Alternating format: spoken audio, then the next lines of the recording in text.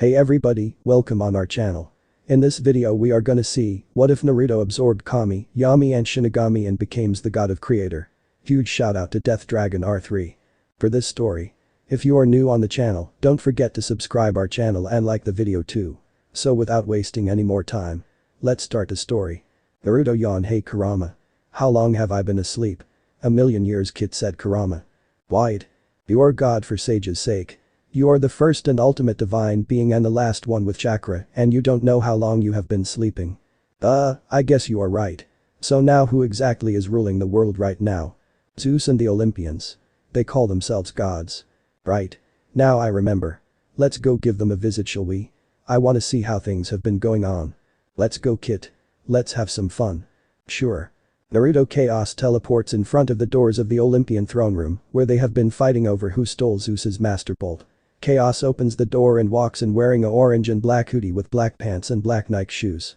All gods stop talking and stare at the headed man entering the room. Who are you and how dare you interrupt this meeting? I will kill you for this, said the king of the god, Zeus. I thought the king of the gods should know stuff. Well, I can't really blame you. How dare you? He shoots a powerful lightning bolt at Naruto that would incinerate a mortal. Naruto smirks and catches the lightning bolt between his two fingers. All gods are dumbfounded and Zeus is fuming. Naruto then starts growing in size till he is even bigger than Zeus. He then throws the lightning bolt back at Zeus, who gets hit and is in pain. Who are you? Asked Athena, the goddess of wisdom, with fear in her eyes. Something she has not felt in a really long time. Me? Said Naruto as he slowly pulls down his hood. I am Zeus's great-grandfather. I am Chaos. All of the gods are shocked. They are speechless. Oh, don't worry. I am not here to erase you all from existence or lecture you on how you should be treating the mortals. He continued, I am just here for a nice family reunion. All leaving out the titans and giants and demigods and minor gods. Wait. Someone's missing. He snaps his finger and both Hades and Hestia appear. How did I get here? Said to the god of the underworld. I don't know. Continued Hestia. I brought you here, answered Chaos. And who might you be? Questioned Hades. I am your great-grandfather, Chaos, and judging from the glares that we are getting by the rest of our family, we are not really liked. You got that right. Hello, Hestia. Hello, great-grandfather, said the goddess of family. At least someone here has respect for family, said Chaos, wiping off a fake tear from his eye. Now, back to business. What is the fuss going on here? Someone stole Zeus's master bolt and he blames Poseidon for it, blurted out Apollo. Apollo, shut up. We don't even know if we can trust him yet, said Athena. You can't even trust your family? No wonder this is the most complicated and problematic family in the world. What do you mean by that? Asked Hera, a bit frustrated. This is what I mean. Hades is neglected and hated by the rest of the family except Hestia. Hestia isn't even remembered anymore. Dionysus is grounded for 100 years. Artemis hates boys. Hephaestus got rejected by his own mom. Apollo is cool but an idiot and flirts with everyone possible, which gets him into trouble. Ares is just too thick-skulled. The only thing Demeter likes is plants. Aphrodite only cares about her looks and is cheating on her husband freely. Hermes. Man, you got to make people respect you. They treat you like a walking email. Athena.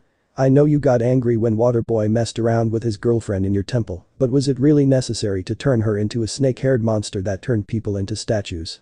You just gave demigods one more problematic monster to deal with, like they didn't have enough already. Poseidon. You know bedrooms exist for multiple purposes, right? Was it necessary to use Athena's temple? Hera. I know that you are the goddess of marriage, but remember. You are also the goddess of women, so if Zeus keeps cheating on you, so what? It's not like it is ever going to change. So live your immortal life to the fullest and screw Zeus, and sometimes just remember, even though you are gods, marrying your brother is just weird. According to me, you should get a divorce already. And finally, Thunder Boy. The biggest problem in the family. You really need to remove that massive stick that is up your face. All you do is think that you are the greatest power in the world, but you are not. You cast down your own family to Earth multiple times for reasons they didn't deserve. You cast Hades down to the underworld and all of you hate him. He does not even have a seat in Olympus. He did nothing to you, yet he is treated like an outsider. If you all think that he is evil, then he is not. Zeus, you get angry at every small thing, but you need to realize that being humble will make you a good king, and your arrogance and your paranoia that people want to overthrow you will be your downfall. It was your father's downfall and your grandfather's, and if you do not change, it will be yours. That was beautiful. You were so subtle about it that I didn't even understand if you were roasting us or trying to correct our mistakes, said Hestia. Poseidon and Hades burst out into laughter. Hear that, brother, you need to get rid of that massive stick up your face, teased Poseidon. Zeus just shot them a death glare. But in all seriousness, continued Chaos, you gods treat mortals like garbage. That needs to change. And most of you don't even care about your children. I am not telling you that you should visit them daily because I know you all are bound by ancient laws and cannot visit them directly, but there are a number of ways you can make them know that you love them, because one thing that you all should know is that if you don't treat your family like one, then there will be problems. Kronos and Uranos have experienced that, and I don't want you to be the next one, Zeus. Also, Hades, Hestia and I will get seats in Olympus because Hades and Hestia are a part of the family and Hestia will need to keep the family together. So there will be 15 Olympians now. Hey, who are you to tell us what to do and what not to? You are not even a god. Naruto sighed and raised up his hand. Suddenly, Arya came flying out of his chair and came towards Naruto. He pulled back his fist and delivered one straight punch into Ares' gut, knocking the air out of him. See, this is what I meant by thick-skulled after all my lectures. I am the oldest and strongest member of your family, so show me some respect or I will have to knock some sense into you, brat. Ares dropped unconscious. Athena, please knock some sense into your brother. Hera, make sure to remove that stick that is up Zeus's face. Poseidon and Hades, help her out. Your brother is more stubborn than Tartarus. As for the rest of you, get to know Hades, trust me, he might get a bit dark sometimes, but he is a cool guy. Everyone just nodded, being shocked at how powerful he was to knock Ares out in just one punch. How do you know so much? Asked Athena. When I was sleeping for these million years, I wasn't just sleeping. I was observing what was happening through the times and training in my mindscape. Training? Yes. Training. Why? To get stronger and get better control over my powers which are endless, so I always train. But you are already so strong. You knocked Ares out in just one punch. I am really strong, but there can be threats in the future. Even though they might not be as powerful as me, they can always have some tricks up their sleeves. Besides, training is more like a hobby to me. You gods never train thinking you are perfect, but you are not. Nobody is. Not even I am perfect. I understand. You know, I could always train any of you to get better control over powers. How can you train us in our domains? Asked Artemis. You are forgetting, Artie, I created everything, including this planet, the underworld and Tartarus. I have control over every domain, and I have mastered all fire powers. Chaos replied. Let me show you something. Just as he said this, a chair made of plants, wood and grape wines, sat down on it as half of his body started glowing like the sun and the other half started emitting moonlight. He held out his right hand in which a ball of energy started forming. Then it started glow pink as fire, water, lightning, wind and small rocks started spinning around it. Beside him 2 skeleton guards appeared with a spear and a sword. The first one sat on a boar while the second one sat on a cow. Whoa. You weren't lying. Can you please train me, Super Gramps? Pleaded Apollo with puppy dog eyes. Sure. You might even become stronger than Zeus, but he will remain the king of the gods and you will not try to overthrow him, okay? Okay. Said Apollo with a huge grin on his face. Stop acting like a child, Apollo. Super Gramps. Really? Asked Artemis. I don't mind. Said Chaos while Apollo just pouted. How do you have such mastery over our domains even more than us? I am sure even Father cannot control lightning to such a degree. Asked Artemis. I told you. I have been training for 1,000,000 years. Also, I know a lot of things. I can even read minds. So I know exactly who stole your lightning bolt. Who is it? Zeus boomed. There you go again with your dominating attitude. You really need to learn how to chill. Learn something from Apollo or Poseidon. Apollo and Poseidon, I demand you to teach me the art of chilling. Everybody's sweat dropped. I won't tell you who stole it because it will be nice quest for the demigods, and Zeus, do not blame any god or demigod or even threaten them if you don't know who is the true culprit. Chaos said, releasing killer intent toward Zeus, who got a cold shiver down his spine. Yes. Poseidon burst out into laughter. Look at the mighty Zeus scared. Everybody just chuckled while Zeus shot him a death glare. I will start training all of you and the demigods after your toy is returned, Zeus. Said Chaos. It is not a toy. It is the most powerful weapon in the entire world. Complained Zeus. To me it is just a toy. I will give you an actual weapon after you learn to be humble and get rid of that stick up your ass. TCH. Anyways, I will see you all later when the bolt is returned. Till then, treat Hades nicely and Hestia make sure that the family stays together. Bye. He said as he disappeared in black flames. That was, said Hera. Weird. Replied Athena. Cool, argued Apollo. Awesome. He totally roasted Zeus' ass. Said Poseidon, grinning. While Zeus just glared at him. Ha. Poseidon. Return my lightning bolt. said Aries as he slowly woke up. Then he fell asleep again. Everybody just chuckled and face-palmed. It was a normal day at the Yancy Academy. A normal boring day in Percy Jackson's math class right before someone new joined the class. Honeys, we have a new student today. His name is Naruto Uzumaki and he is from Japan. He recently moved to New York. As she said this, a boy wearing an orange hoodie and black pants came into view. He had blonde spiky hair, 3 whisker marks on each of his cheeks and deep blue eyes. Percy Jackson. Raise your hand. Honey, go sit next to that brat. The math teacher continued. Naruto went and sat next to Percy. Hey, who is she? She is weird. She is Miss Dodds, our math teacher. Replied Percy. Apparently she hates you. You got that right. Miss Dodds was a math teacher from Georgia who always wore a black leather jacket even though she was 50 years old. She looked mean enough to ride a Harley straight into your locker according to Percy and had come Yancy recently as their previous math teacher had a nervous breakdown. The class continued. It was really boring and not many people were paying attention. Occasionally, Miss Dodds would ask Percy some questions that he wouldn't know the answers of. At the end of the class, they had a test in which Naruto and Percy got the lowest marks. The next class was Latin, which was taught by Mr. Brunner. He was a middle-aged man in a motorized wheelchair. He had thinning hair and a scruffy beard and a frayed tweed jacket which smelled like coffee. Percy seems to like the guy. Thought Naruto, as he was more interactive in this class. After the classes, the students started moving to their dorm rooms. Percy, Naruto and a boy named Grover were walking together. Hey Naruto, which dorm are you in? Asked Percy. Dorm room 101. Replied Naruto. Really? That means we are in the same dorm along with Grover. Awesome. The next few months in the Yancy Academy were pretty great for the boys. They have become really close friends and are always together. Naruto quickly realized that Grover was being bullied by this girl named Nancy Bobofit and he did not like it. In fact, he hated her, all 3 of the boys did. Naruto remembered his own past when he was in the Shinobi Academy and everybody would bully him, so he stood up for Grover. The first time he saw Nancy bully Grover, he released a very, very small amount of killing intent at her, which was enough to scare her so bad she thought that he was a monster and never came anywhere near them when Naruto was with them. After this incident, Miss Dodds also hated Naruto as he was helping the 2 boys and she seemed to love Nancy. Today, they were going on a field trip to the Metropolitan Museum of Art. Percy had a bad history with field trips. Whenever he went on a field trip, something bad would happen, but this time, he hoped that nothing would go wrong. Mr. Brunner led them into the museum on his motorized wheelchair and gathered everyone around a 4-meter-tall stone column with a big sphinx on the top and started explaining about how it was a grave marker, a stele, for a girl about the age of the students. He told them about the carvings on the sides. Percy and Naruto were trying to listen to it, though Naruto already knew everything about it while everybody else around them were talking, so Naruto and Percy took turns telling them to shut up and every time Miss Dodds would give them the evil eye. Mr. Brunner kept talking about Greek funeral art. Finally, when Percy heard Nancy Bobofit snicker something about the naked guy on the stele, he turned around and said, "Will you shut up?"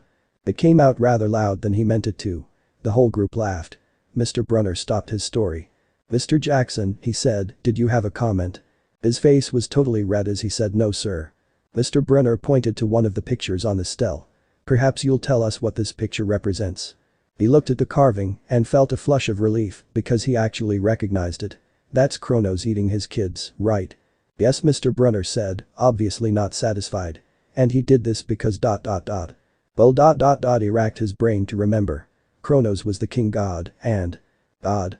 Mr. Brunner asked. Titan, he corrected himself. And ... He didn't trust his kids, who were the gods.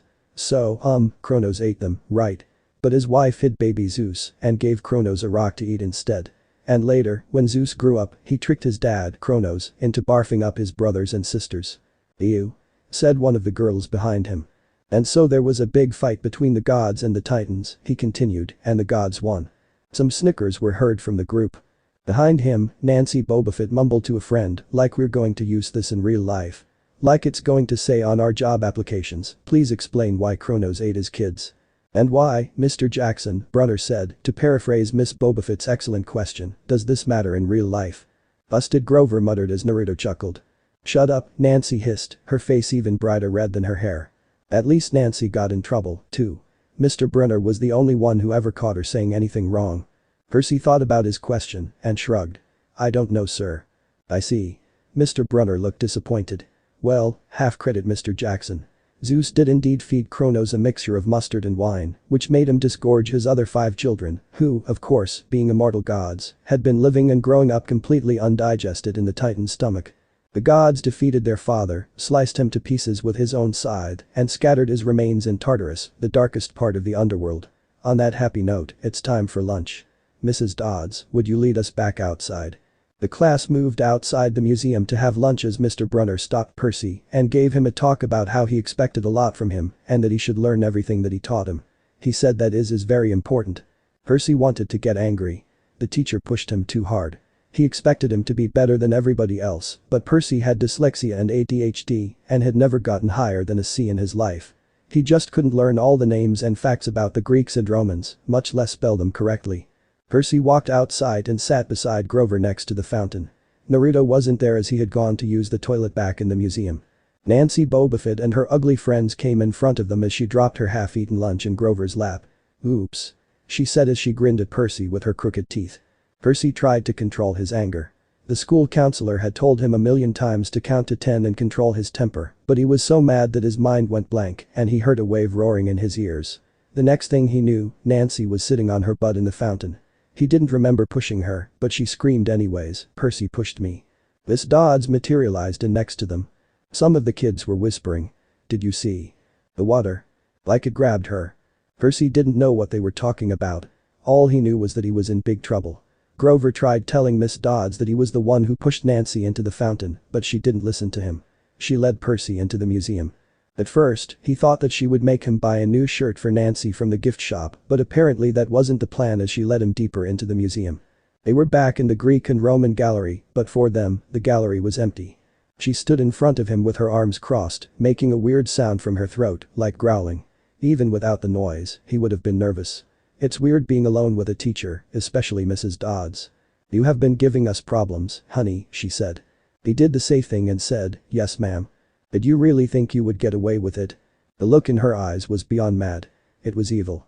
She was a teacher, he thought nervously. It's not like she was going to hurt him. "We are not fools, Percy Jackson," Mrs. Dodd said. "It was only a matter of time before we found out. Confess, and you will suffer less pain." He didn't know what she was talking about. All he could think of was that she had found the illegal stash of candy he was selling outside his dorm or that he had copied his essays from the internet, but it didn't sound like it. He was freaking out in his mind. "Well?" she demanded. "Ma'am, I don't know," he started to reply. "Your time is up," she hissed. Then the weirdest thing in his entire life happened. Her eyes began to glow like barbecue coals. Her fingers stretched, turning into talons.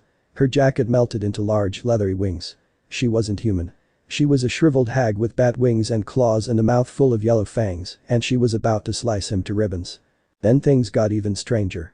Mr. Brunner, who'd been out in front of the museum a minute before, wheeled his chair into the doorway of the gallery, holding a pen in his hand. "What ho, Percy!" he shouted and tossed a pen through the air. Mrs. Dodds lunged at him. "Die, honey." Percy was scared for his life when things got even more strange. Suddenly Naruto appeared in front of him and yelled, "Gale palm," and thrust his palm forward. A huge gust of wind came from his palm and slammed into the creature, who was formerly known Miss Dodds, as she was blown back and slammed into the wall.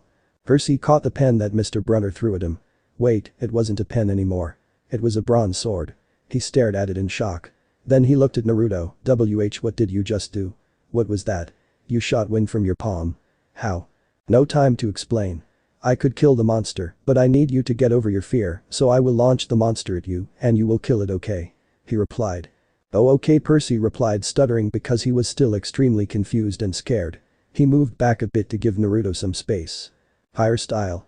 Phoenix flower jutsu," he yelled as he shot multiple small fireballs from his mouth at Mrs. Dodds. She dodged some, but others hit her. Then suddenly, Naruto appears behind her and yells once again, "Gale palm," as he released a powerful gust of wind that sent her flying towards Percy. "Percy. Now," commanded Naruto. Percy just looks in horror as the creature comes flying towards him saying, "Die, die, die, honey, I." At the last moment he closed his eyes and swung the sword. Luckily, it passed straight through her should like she was made of water. Mrs. Dodds exploded into yellow powder and instantly vaporized. He opened his eyes to see a ballpoint pen in his hand. Then he looked up to see Naruto standing in front of him with his arms crossed.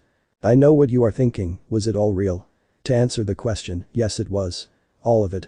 If you want to know how I was so fast and could shoot fireballs and wind, well, that would have to wait till we are somewhere private and comfortable.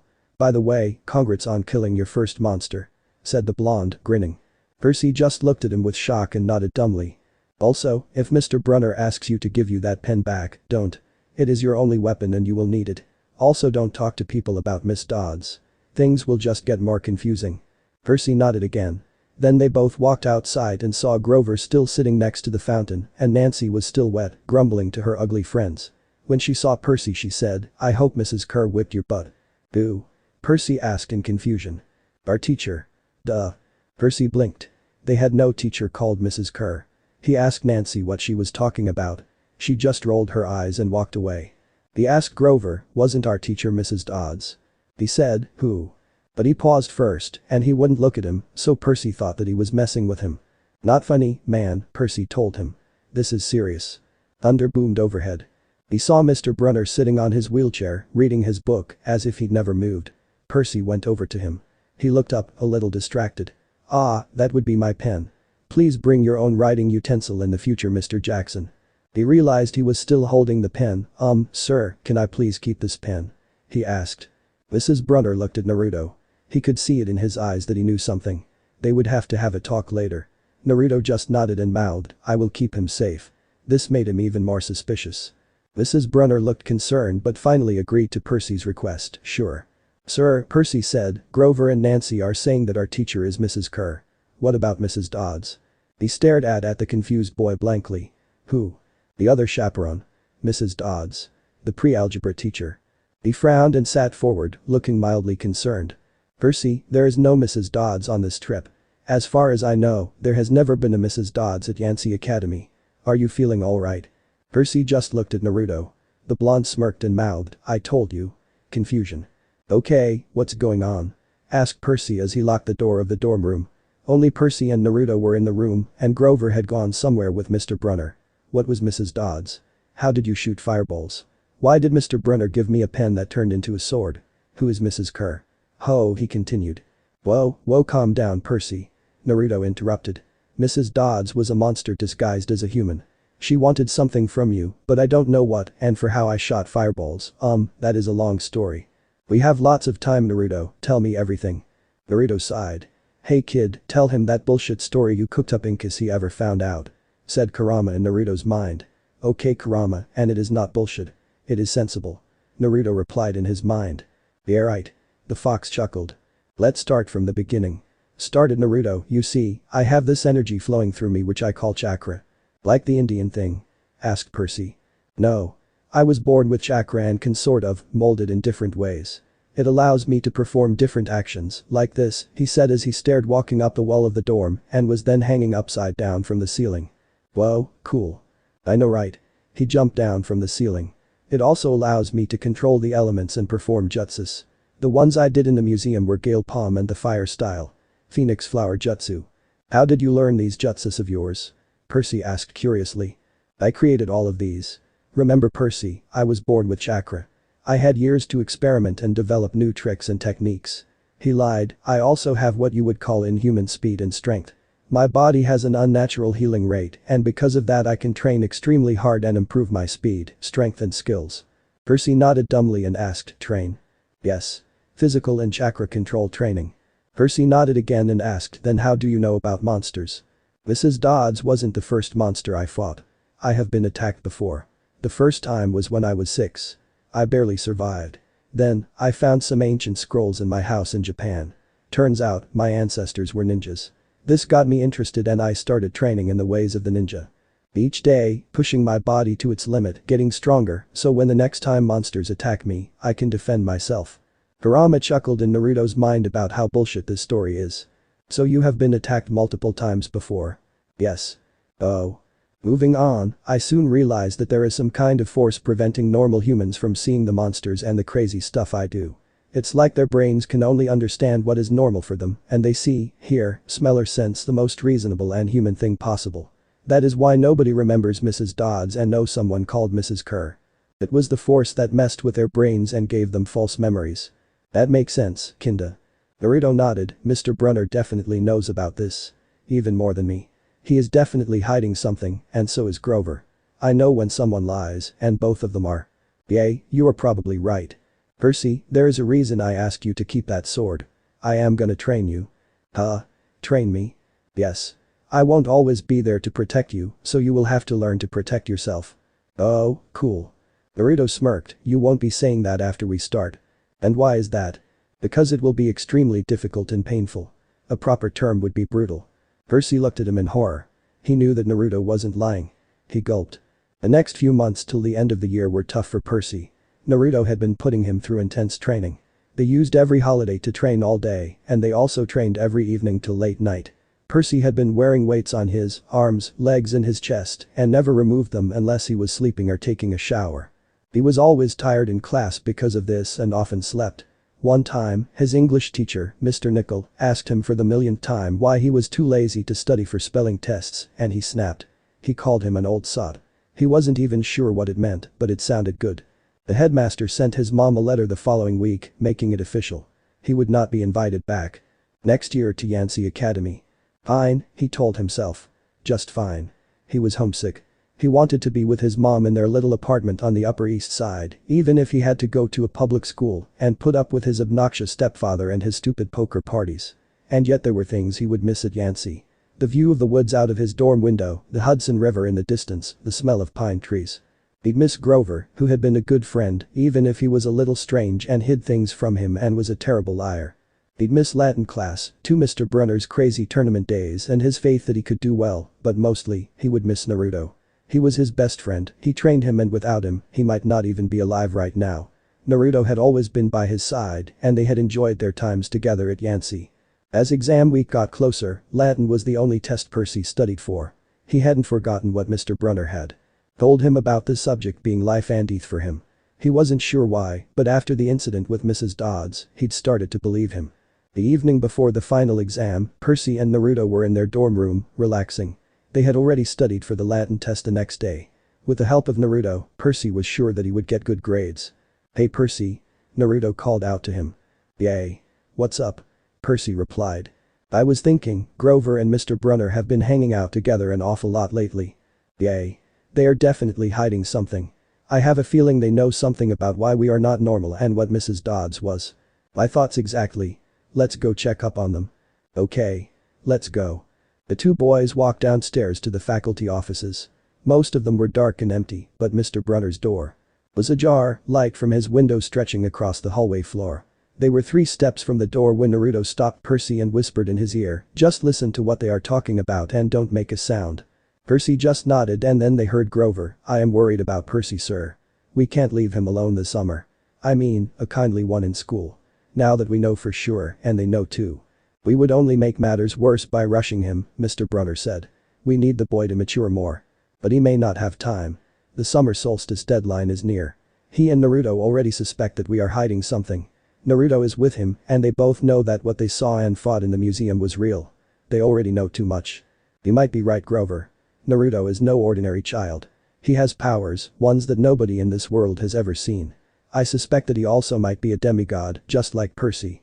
His sheer speed was faster than any demigods I have ever seen. It seems that Naruto has trained and fought monster before. At this, Percy was shocked beyond belief. He and Naruto were demigods. He had a million questions and was about to say something, but Naruto put his hand on his mouth and silenced him as they continued listening. The mist over the students and staff wouldn't be able to convince them. I think Naruto already knows about the mist. The teacher continued. Talk to Sally Jackson and get them ready. They will have to come to the camp this summer. They are no longer safe out in the open. The pen dropped out of Percy's pocket and hit the ground. Mr. Brunner went silent. Percy's heart was hammering while Naruto stayed calm. He picked up the pen and the both of them backed down the hall. A shadow slid across the lighted glass of Brunner's office door, the shadow of something much taller than my wheelchair-bound teacher, holding something that looked suspiciously like an archer's bow. Naruto opened the nearest door and pulled Percy inside. A few seconds later they heard a slow clop clop clop, like muffled wood blocks, then a sound like an animal snuffling right outside their door.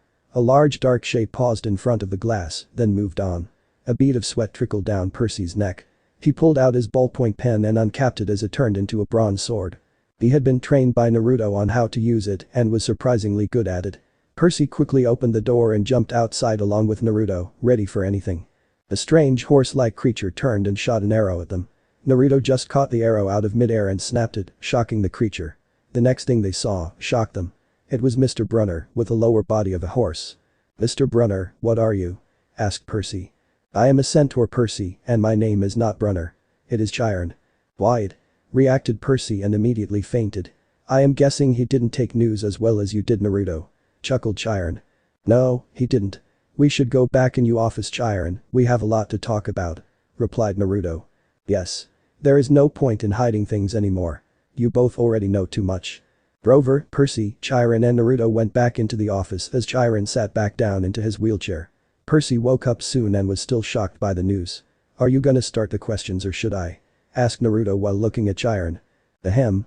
Naruto, you have a strange power, one that I have never seen before." "What is it?" asked Chiron. "This is going to be a long night," thought Naruto. "I am not really in a mood to explain the entire story, so I will tell you in short. That power is what I call chakra. It is an energy that flows through my body. I can mold it to perform different actions or jutsus like walking on walls of water and controlling the elements and much more." "And how exactly did yo?" "I know what you are asking. Let me tell you.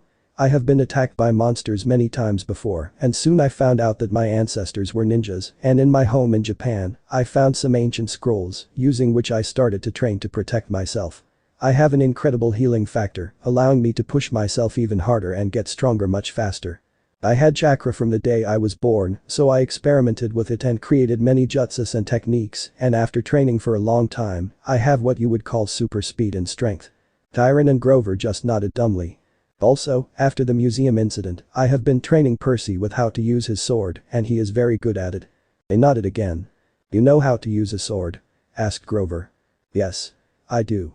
I prefer to use kunai knives, but for some reason they don't work on monsters. No weapons I have seem to work, but Percy's sword does," replied Naruto.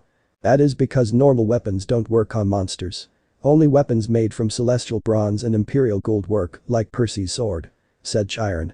Naruto nodded. Percy was getting a bit impatient so he asked, "What do you mean by camp? And how exactly do you know my mother? What is the summer solstice? We are demigods." Naruto placed a hand on his shoulder and said, "Calm down, Percy. Let them explain." Percy calmed down as Chiron started to speak. "By camp we mean Camp Half-Blood.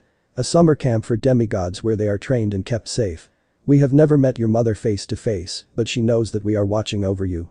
As for the summer solstice, we will talk about it later when we are in camp, and yes. I know that you are a demigod, Percy, and I suspect that Naruto is one too. Since you sit in a wheelchair and are a centaur, what is Grover? I am sure his legs are just fine," asked Naruto curiously. "I am a satyr," replied Grover. "The what?" asked Percy not knowing what he meant. "A satyr. Half goat, half human," replied Naruto. Percy just nodded. "So when are we going to this camp?" "Tonight," replied Chiron. "Tonight?"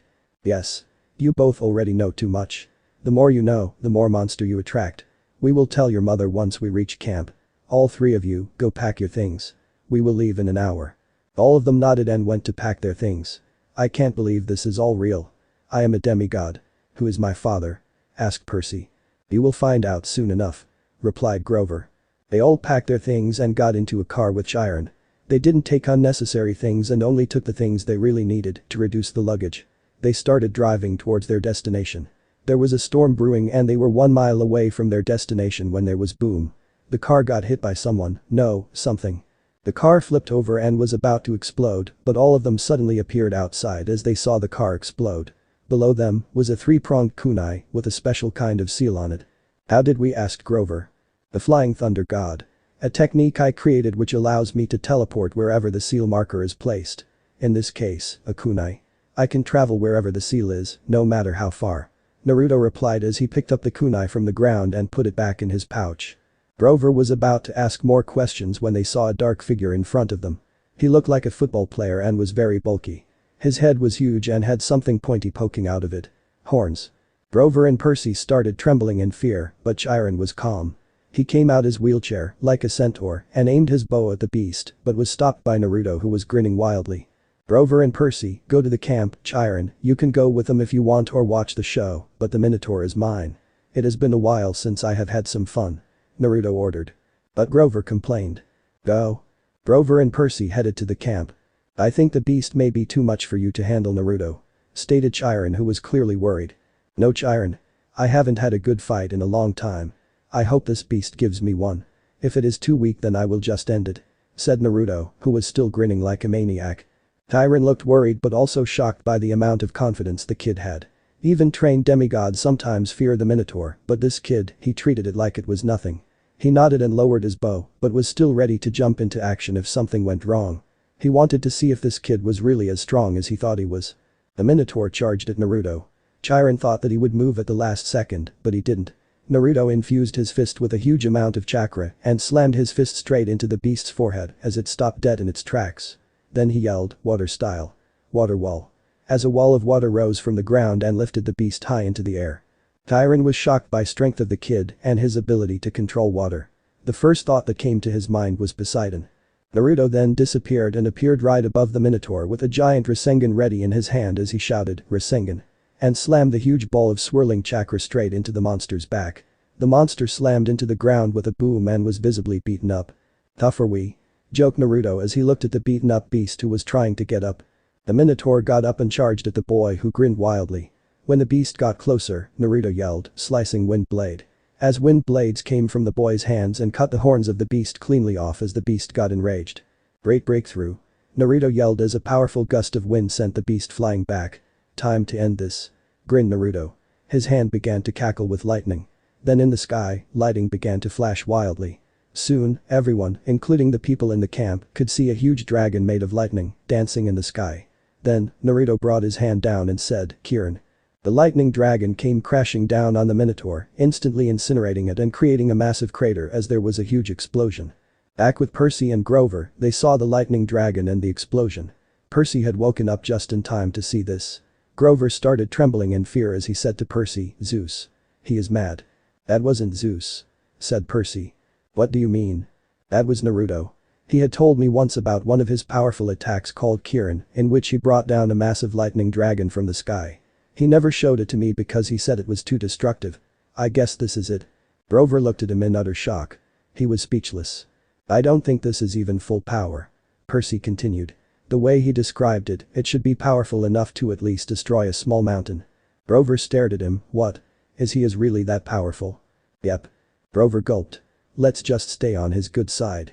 I am going to spread this news like wildfire just to make sure nobody messes with him or us." Percy chuckled. Back with Naruto, as the smoke cleared, Chiron saw the huge crater and standing at the edge of it was Naruto, grinning and holding two horns. Chiron trotted towards him and just stared at him. He was too shocked to say anything. Naruto just smirked at him and said, "What happened? You look like you just saw a ghost." "It was just my Kirin at 25%. Chiron's eyes widened, that was just 25%. Not full power. Nah. We were too close to the target to use full power. The full power Kirin can at least destroy a small mountain." After hearing this, Chiron fainted. Naruto just chuckled and created 5 shadow clones who picked up Chiron and walked into the camp. Everybody was out of their cabins, including Mr. D, and they were staring at the young blonde who was walking into the camp, holding 2 horns in his hands, had a few clones carrying Chiron, and had a smug look on his face. Naruto was then greeted by Percy and Grover. "You sure know how to make a flashy entrance." "Pun intended," said Percy. "I sure do," smirked Naruto. The night of their arrival was chaotic. Naruto was bombarded with questions. All the campers were awake and were either talking amongst themselves or bombarding Naruto with questions. One girl in particular seemed really interested in him, but he just shrugged it off. Soon, Chiron woke up and herded the campers back into their cabins till there was only Naruto, Percy, Grover, Mr. D and the centaur himself left. "I believe we have a lot to talk about," said Mr. D while looking at Naruto with narrowed eyes. "Yes, sir," said the blonde. The 5 of them went into the big house. First question. "What are your names?" asked Mr. D. "I am Naruto Uzumaki," said Naruto. "And my name is Percy Jackson, and who are you?" said Percy in a rather rude tone. "He is the camp director. Call him Mr. D, and please show him some respect if you want what is best for you. He is a god," said Grover, clearly afraid of the man. "Oh. I am sorry, but which god are you?" "Dionysus," replied the god plainly. "Now that the small talk is out of the way, how in the world did you see the lightning dragon?" The next few minutes were spent explaining the god about Naruto's past, chakra, power and skills. Mr. D appeared shocked when he found out that the Kirin was only at 25%. He thought in his mind, there has never been a demigod with this chakra, nor has there been one who can control multiple elements, and that to such a degree. That move of his, the Kirin, is itself as strong as Zeus's masterbolt. He might be killed by Zeus because of his skills. I wonder who his godly parent is. Then the god said, no wonder defeating the Minotaur was such an easy task. You are definitely the strongest demigod in camp right now. You might even be strongest demigod to ever live. Said Chiron. That might be a bit of a stretch, Chiron. Naruto just raised an eyebrow and looked amused. Then he asked the god, Mr. D, can you please tell me one demigod who can move faster than the eye can see, climb up walls and walk on water, control every element, crush boulders with his bare hands, heal people, and has attacks that can destroy mountains? Mr. D just blinked and said, point taken. Naruto smirked. They explained everything to the god about what happened in the museum and at the fight with the Minotaur. Then, Percy and Naruto were suggested to go to the Hermes cabin to sleep for the night, but they refused, saying that they would be asked too many questions, so they set up camp outside, as Naruto made a seal around the tent to protect it from any attacks or monsters. The next morning they woke up only to see the two Stoll brothers lying on the ground, unconscious, outside their tent. Percy snapped his head at Naruto, did you do this? I may or may not have put a seal that electrocuted anyone who touched the tent. Said Naruto while rubbing the back of his head. Percy just chuckled and ignored the sleeping brothers. It was still early in the morning, so they decided to do their morning workout, which was quite intense for those who hadn't been trained by Naruto. Then they heard a loud horn and saw all the campers moving out, so they decided to follow them. It looked like they were heading towards a dining pavilion. On the way there, Percy and Naruto heard a few campers whispering among themselves, it's him. He killed the Minotaur. Yes, he is the one brought down the lightning dragon. I bet he is a son of Zeus. There is no way he is not. The two ignored them and walked straight into the pavilion. Hey. I am Luke. The counselor of the Hermes cabin. You both will be staying with us till you are determined. Said a boy walking up to them. He looked older than most. Percy raised an eyebrow, determined. Till we know who your godly parent is. Though we probably already know yours, Naruto. Naruto just nodded with a blank expression, but in his mind, he smirked. The campers were in for a huge surprise. The boys sat down at the overcrowded Hermes table. After a while, Chiron pounded his hoof on the floor, gaining everybody's attention. He raised a glass and said, to the gods. Everybody except Naruto and Percy raised their glass, to the gods.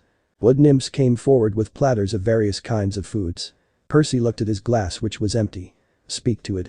It will fill up with anything you want, non-alcoholic of course. Said Luke. Cherry Coke. Said Percy as the glass filled with sparkling caramel liquid.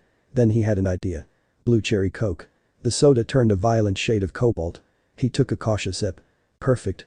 He drank a toast to his mother. Naruto looked at what Percy just did and asked Luke, do the plates at bowls work the same way? Yes. Luke replied. Okay then. Naruto smiled and looked at a bowl. Miso ramen with extra pork. The bowl filled up with his favorite dish that looked exactly like the Ichiraku ramen he had eaten over 1,000,000 years ago. This brought back a lot of memories, but he shoved those thoughts aside. He was about to start digging in when he noticed everybody getting up and carrying their plates towards the fire in the center of the pavilion. Come on, Luke told Naruto and Percy. As they got closer, they saw that everyone was taking a portion of their meal and dropping it into the fire, the ripest strawberry, the juiciest slice of beef, the warmest, most buttery roll. Luke murmured in their ear, burnt offerings for the gods. They like the smell. You're kidding, right? Asked Percy.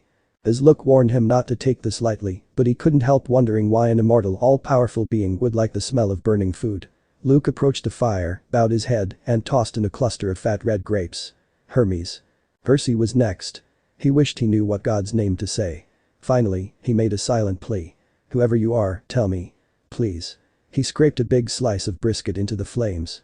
When he caught a whiff of the smoke, he didn't gag. It smelled nothing like burning food.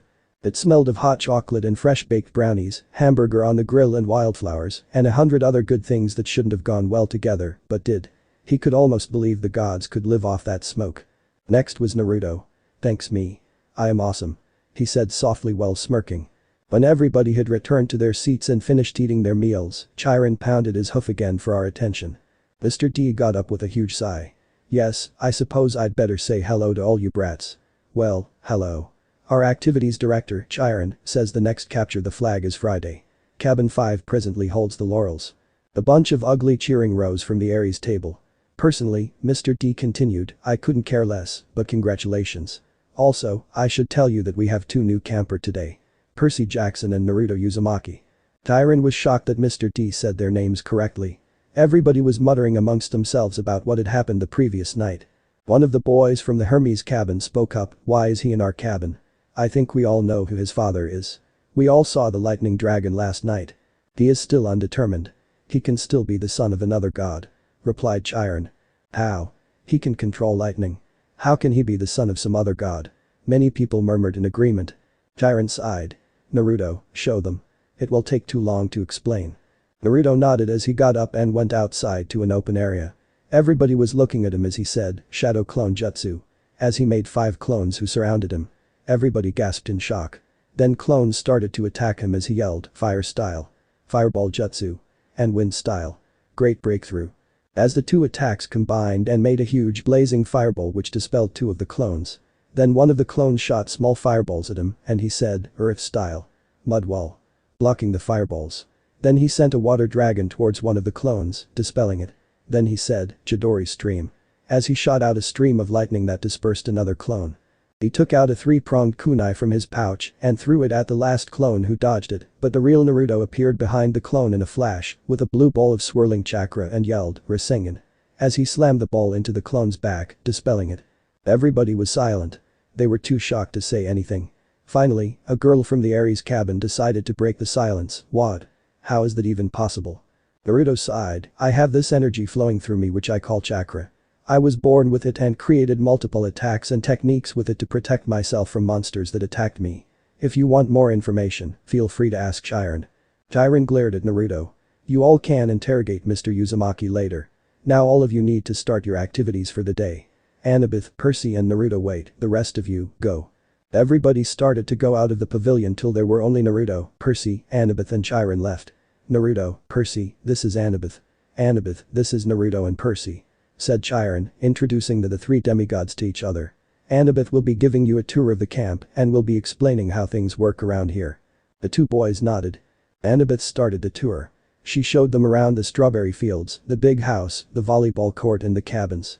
Apparently, the demigods of cabin 11 weren't thrilled of having 2 undetermined kids join their cabin, even though it was temporarily.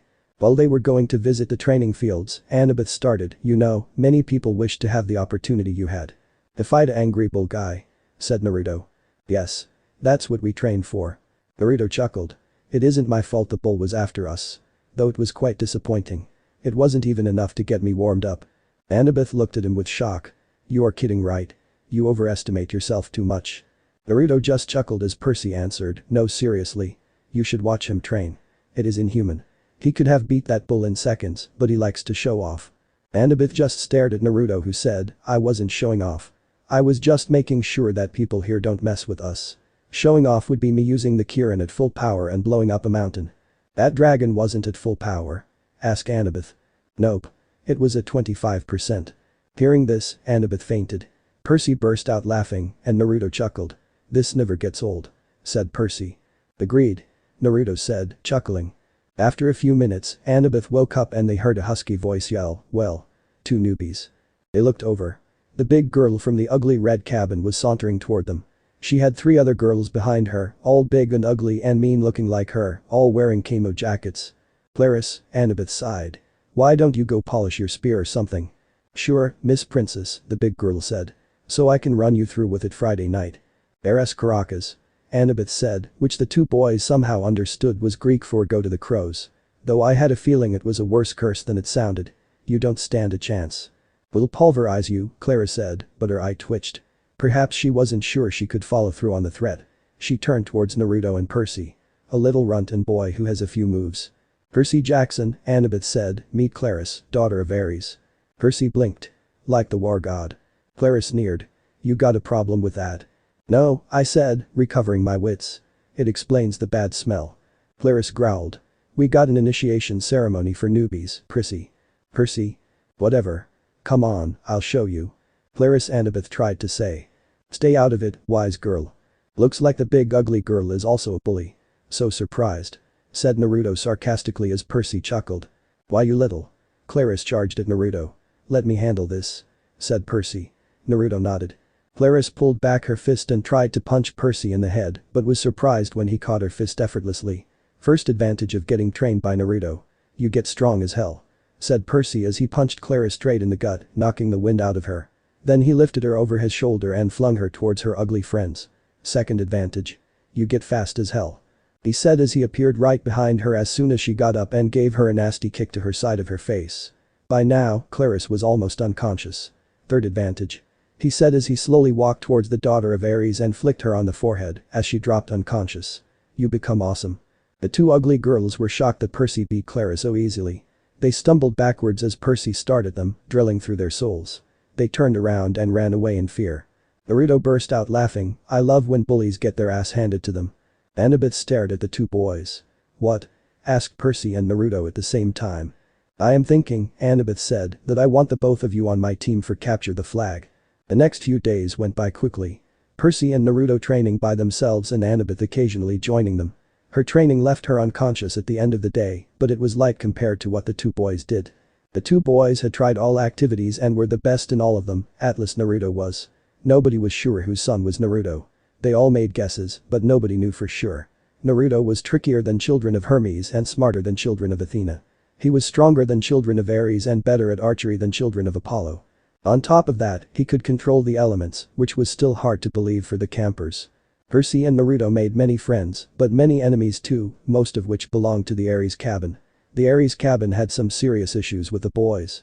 They hated them with passion and did everything to prove that they were better than them, but failed and got humiliated every time.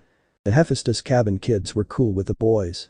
They even made a two sabers for Percy and batch of enchanted three-pronged kunai and shuriken, made of celestial bronze, for Naruto that returned to his pouch whenever he snapped his fingers, in order to secure an alliance between whichever cabin the two boys would belong to. The Apollo kids and some of the Athena cabin kids didn't like Naruto because he outshined them in their specialties, but the Athena kids didn't show it to keep him on their side. The Apollo kids were jealous of Naruto as he got a new fan club that consisted of most of the hot chicks from the Aphrodite cabin. Annabeth of course was an exception for this as she spent most of the days with Naruto and Percy, trying to understand their training methods and chakra. She had Naruto explain everything to her about chakra that he knew. They became good friends in the few days and took turns humiliating the Ares cabin. For some reason, Mr. D appeared to be weary of Naruto. Nobody knew why except Naruto. The Hermes cabin was split apart. Some kids like the Stoll brothers liked Naruto as his pranks were even better than their own, but the others didn't like him and Percy as they totally annihilated Luke in sword fighting, in which he was supposed to be the best in the camp. Flashback. It was the first class of sword fighting in the camp for Naruto and Percy. Everybody was paired up and were doing dueling practice. Naruto and Percy were paired up and were dueling in unnatural speeds, using moves and stances that nobody recognized. After a while, an impressed Luke walked up to them. Hey. Who taught you those moves? Naruto. Replied Percy. Naruto. And who taught you? Nobody. I created these fighting styles with the help of the knowledge I had of sword fighting from my family scrolls. Impressive. Do you want to duel with me? No. Why? Scared. Nope. Percy will. I am not much of a sword fighter. It is not my style, and besides, Percy needs experience fighting someone other than me. Oh. What do you mean not your style? I prefer using these. Said Naruto as he pulled out a kunai and a shuriken from his pouch. That's good and all, but I don't know how that would be effective against a sword fighter or a bulky opponent. It is effective if you know how to use it. Here. Naruto said as he tossed a kunai and a shuriken to Luke. Throw them at the training dummy over there. Okay. Said Luke. First, he threw the kunai at the dummy which hit in the middle of the chest at which he smirked. Then he threw the shuriken which missed. I still don't think it is effective. The kunai barely pierced the dummy. I told you. You don't know how to use it. Said Naruto as he laced the kunai with wind chakra and threw it at a blinding speed towards the dummy. It pierced straight through the dummy's forehead and got stuck in a tree behind it. Whoa. How did you do that? I laced the kunai with wind nature chakra. It makes it very sharp. Cool. Then, Naruto laced the shuriken with wind chakra and threw it and yelled, Shadow Shuriken Jutsu. As it multiplied into 20 and hit the tree behind the dummy. You missed. Nope. Wait for it. Just as he said that, the dummy fell to the ground, sliced into multiple pieces. Luke looked at the dummy, speechless. Whoa. Said Naruto as he sheepishly rubbed the back of his head. Take a break everyone. Said Luke as everybody stopped dueling and went towards the water filter. Here. Said Naruto as 2 bottles of ice-cold water appeared in his hand. Take this. He said as he tossed Luke and Percy a bottle. Luke took a sip, but Percy uncapped the bottle and poured the water on his head. Immediately, he felt relaxed as all his energy returned to him and all the cuts and bruises on him faded, but nobody noticed that. Everybody sat down in the arena seats as only Luke was standing there. "Now I am going to demonstrate a disarming technique," he said. "Percy Jackson, wanna help me with the demo?" "Sure, why not?" said Percy as he walked down and stood in front of Luke. Luke did his thing and demonstrated a technique which caused the sword to fall out of Percy's hand. "This technique is good and all, but it won't work if the opponent has a different fighting style," said Percy. "Fighting style?" asked a confused Luke. "Oh god. Don't tell me all of you fighting without a proper style. What do you even learn in this camp?" asked Naruto. "TCH. Like you could do any better than Luke," said a boy in the back. "Of course I could, but Percy has to duel Luke anyways, so let him show you how to fight properly," said Naruto as he jumped down in the arena. "Are you both ready?" "The rules are simple," said Naruto. "No killing or crippling strikes. No breaking bones or cutting of limbs. No permanent damage. Percy, no removing your weights. This is just a friendly spar, so Percy, try not to hurt him too much." Percy nodded. Luke looked confused. "Weights? Yeah. He is wearing 250 pounds of weights on him. 25 on each limb and 50 on his chest." Everybody's eyes widened while Percy and Naruto smirked. 250 pounds? asked Luke. "How does he even move?" Naruto chuckled. "Are you ready? You ready?" Luke lifted up his sword. Percy took up a stance with his left leg forward and his right leg behind, diagonally facing the right. His left palm faced Luke as he gripped the sword with his right hand, upside down, behind him, with his elbows bent and the sword diagonally pointing between behind and below him. "That is not how you hold a sword, Dumbus," shouted one kid from the spectator area. "What kind of stance is that?" asked Luke. "I have never seen that one before." "It is a basic stance of my sword fighting style, raging whirlpools." "Begin," shouted Naruto. Luke charged at Percy, his sword raised above his head. He brought down his sword, but before he could hit him, Percy hit his sword from the right, pushing the sword to the left, while he continued his spinning motion and kicked away Luke's feet, causing him to fall to the ground as Percy pointed the sword to Luke's neck. "I win." Everybody was shocked. "How?" said another boy from the spectator seats. "The match lasted only 5 seconds. That's raging whirlpools for you.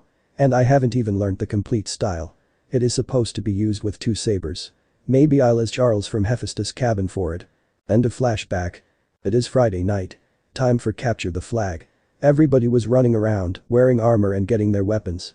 It was Athena, Hermes, Hephaestus and Aphrodite versus the rest. The alliance with Aphrodite was only because Naruto was on the same team. Naruto and Percy were walking, geared up and battle ready. Percy wore black pants and shoes and a dark blue t-shirt with his 2 sabers on his back, in a cross shape.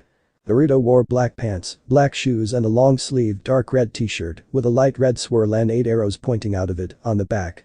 He had a katana on his back and 2 pouches for kunai and shuriken, one on the right side of his hip and one tied on his left leg. "Hey guys," said Annabeth as she approached them. "Are you both ready?" "Yeah," said Percy. "Good." "Hey. Why aren't you two wearing any armor?" asked Luke as he approached them. "We don't need it," replied Naruto. "What do you mean you don't need it? Do you want to have 10 swords through you?" Naruto chuckled. "We are too fast for that. I have told Percy to remove his weights for this. All people will see are blurs. And even if we do get hurt, we can heal almost instantly." "You're kidding, right?" "Do I look like I am kidding?" said Naruto as he stared at Luke, who gulped. "Shadow clone jutsu. Transformation jutsu," said Naruto as he made 10 shadow clones and transformed them into birds. "What are you doing?" asked a confused Annabeth. "My clones will scout the battlefield and find the locations of the archers. Once they dispel, I will get their memories. Then we just walk up to the flag and take it and deal with anyone who is in our way." "Okay, but who will guard the flag?" "Nobody. I have placed a protective barrier seal around 3 meters of the flag. No person or thing can enter it. Only our team can." "Oh. That's useful." The clones just dispelled. There are 4 archers in the trees, to the right, 20 meters from here and 3 in the left, 25 meters from here. 3 Ares cabin kids are guarding the flag, and the rest are coming towards us from the far left. Looks like Claris wants revenge on Percy. "Okay. Hey, Ares won the last game, right?" asked Percy. "Yes," replied Luke. "Naruto," said Percy, grinning at him, "use Flying Thunder God. Make this the shortest game ever." "Are you sure you don't want to mess around with them?" asked Naruto. "Nah. Okay. Earth style. Stone pillar." A stone pillar raised Naruto from the ground into the air. He pulled out a 3-pronged kunai and threw it towards the enemy's flag. "It's done." said Naruto as he jumped down from the pillar and landed beside his team. What did you do? Asked Annabeth. I threw one of my kunai knives at the Ares flag. The knife has a special seal on it that allows me to teleport to it no matter how far I am. Oh. That is the most useful technique I have ever heard of. Hold on tight. Said Naruto before he grabbed Percy and Annabeth and flashed to where the kunai landed. Immediately, Naruto and Percy knocked out the 3 guards as Annabeth watched them in amazement. It's all yours. She said as Naruto grabbed the flag and lifted it in the air. Suddenly, a loud horn blew and a loud voice of Chiron was heard. The game has ended and the Athena cabin has won. After a while, everybody gathered around where the Ares flag used to be. Some congratulated Naruto while others shot him hateful looks. Everybody was whispering about how quick the game ended. Mr. Uzumaki, next time please refrain from using that jutsu of yours. You ended the game before it even started. Said Chiron while smirking at Naruto. Sorry Chiron. Said Naruto as he sheepishly rubbed the back of his head. Suddenly, a growl was heard from a hound the size of a rhino. It had lava eyes and long fangs. It pounced at Percy who was too busy celebrating. It started to tear through Percy's flesh. Immediately, Naruto came and sliced the beast in half with his katana. Quick. Percy, get in the water. Said Naruto. Percy rolled into a small stream nearby as everybody gathered around and watched in amazement as all his wounds instantly healed. Oh no. This is bad. Said Annabeth as everybody stared at something above Percy's head. He looked up to see a small, spinning, sea-green trident. Everybody started kneeling, even the Ares cabin, though they didn't look happy about it. Your father, Percy, said Chiron. It is determined. Poseidon. Earthshaker, Stormbringer, father of horses. Herr Perseus, son of the sea god. It is about time Dad claimed me. Said an amused Percy. Wait, you knew? Asked a surprised Annabeth. Yeah. What do you think I am? Stupid. It is kinda obvious. Oh shut up. You had no clue. I was the one who told you after I saw you copy my water dragon. Said Naruto. Yeah, whatever. Then everybody started staring at Naruto with wide eyes. What? Do I have something on my face? Said Naruto as he looked up. Above his head was a red swirl with 8 black arrows coming out of it, pointing outwards. It's about goddamn time. You also knew? Asked Annabeth. Of course. Why do you think I have this? Said Naruto as he turned around and pointed towards the same symbol printed on his t-shirt. Everybody was shocked. All hail Naruto. Said a trembling Chiron. The first son of chaos, the creator, destroyer and the father of the primordials. Just after that, he fainted. Percy, Naruto, the big house. Now. The rest of you move along. Said Chiron as he along with Percy, Naruto and Dionysus walked towards the big house while the others walked to their cabins, talking about what had just happened. At the big house 5 minutes later. The 4 of them were sitting around the ping pong table inside the big house. So mind telling us how you knew your parents? Asked Mr. D. Well, considering the fact that I can breathe underwater and get healed by it, it was pretty obvious. Said Percy. And unlike the gods, my dad isn't bound by ancient laws. He can do whatever he wants and there are no bullshit rules to stop him. I have met him multiple times. How do you think I know to control my chakras so well? I can't learn everything on my own now can I? Said Naruto. Mr. D and Chiron nodded. Percy, do you know why the Hellhound attacked you tonight? Asked Chiron. Not really. It means there is a traitor in the camp, but I don't know who. Replied Percy. Chiron sighed. There are 2 reasons, Percy. The first one is that you are not supposed to exist. He said. What? Asked Percy. Do you know what was the cause of World War II? Asked Chiron. No. Replied Percy. World War II was caused by the children of the Big Three. The children of Zeus and Poseidon against the children of Hades. After it ended, the Big Three made an oath to not have children with mortals again, to prevent another war. Said Chiron.